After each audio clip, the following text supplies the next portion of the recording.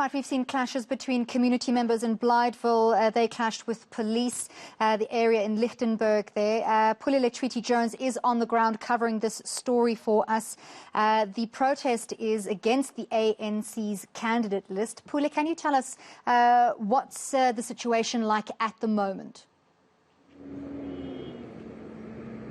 Well, for now as it is, things have calmed a bit down, but we did receive some bit of information from community members themselves earlier on to say that the protests will continue.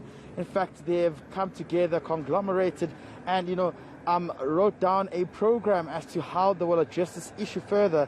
Just like you've mentioned earlier, if the president, Cyril Ramaphosa, does not address them in the next 48 hours, they've also requested that the provincial leadership, or the interim provincial committee, led by Kamani Chauke, to come down and address them.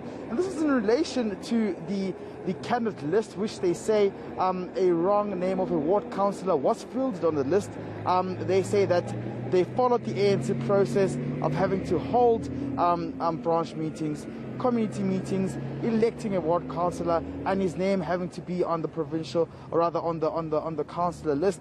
But they are saying that hasn't been the case. In fact, now they've seen a different name of a different ward councillor, and now this is what has made them angry, saying they feel as though they've been taken for a ride by the party, and that the name of the councillor should be removed.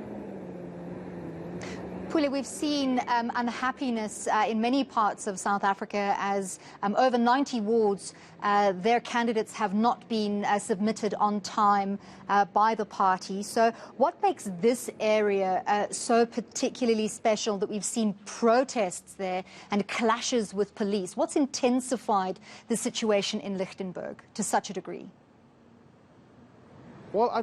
Well, I think how they're expressing their anger has actually captured the attention of many.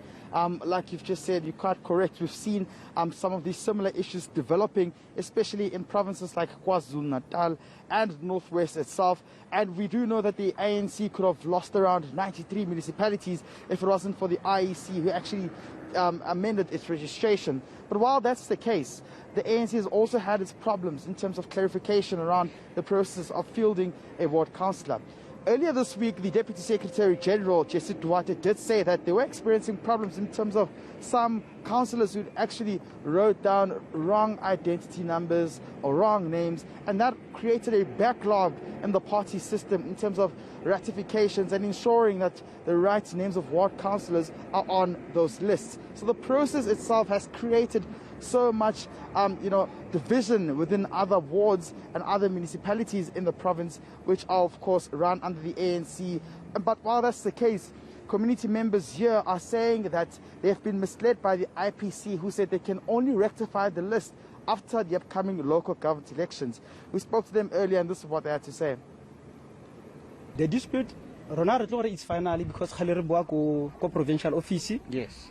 Resna deadline. Yeah. So now, because every day for dispute resolve. So bone, but decide to stop a list even before due date. So I retake but Rona relo community mo Blydeville, we are not going to allow that to dispute irresolve. Right, community members saying protests there are set to continue. We'll continue checking in with you, Pule Letshwiti-Jones, as the situation on the ground unfolds. Pule Letshwiti-Jones coming to us there from Lichtenburg.